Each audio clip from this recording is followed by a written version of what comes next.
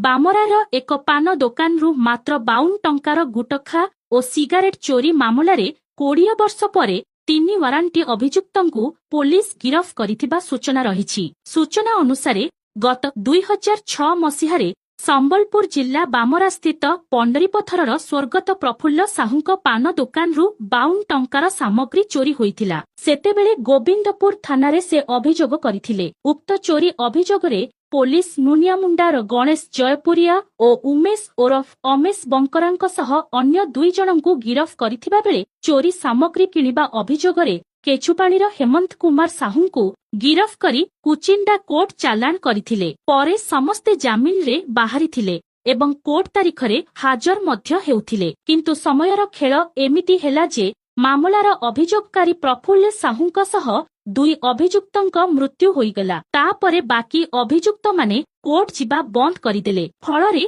20 वर्ष पुरुणा उक्त मामलारे court warrant जारी करिबा परे गत शनिवार दिन पुलिस गणेश उमेश और हेमंतଙ୍କୁ गिरफ करी कोर्ट चालाण करिथिले। हेले तांकु सेठारे पुणी आजि जामिन प्रदान करा जाइथिबा सूचना रहिछि। एही घटना पुणी थरे आम न्याय व्यवस्थार धीर गतिकु सामनाकु आनिछि। मात्र 52 टंकार चोरी मामलार फाइलकु न्यायर गंतव्य रे पहुंचिबाकु प्राय 2 दशक लागिगला बोली अंचलरे चर्चा आरंभ होइछि।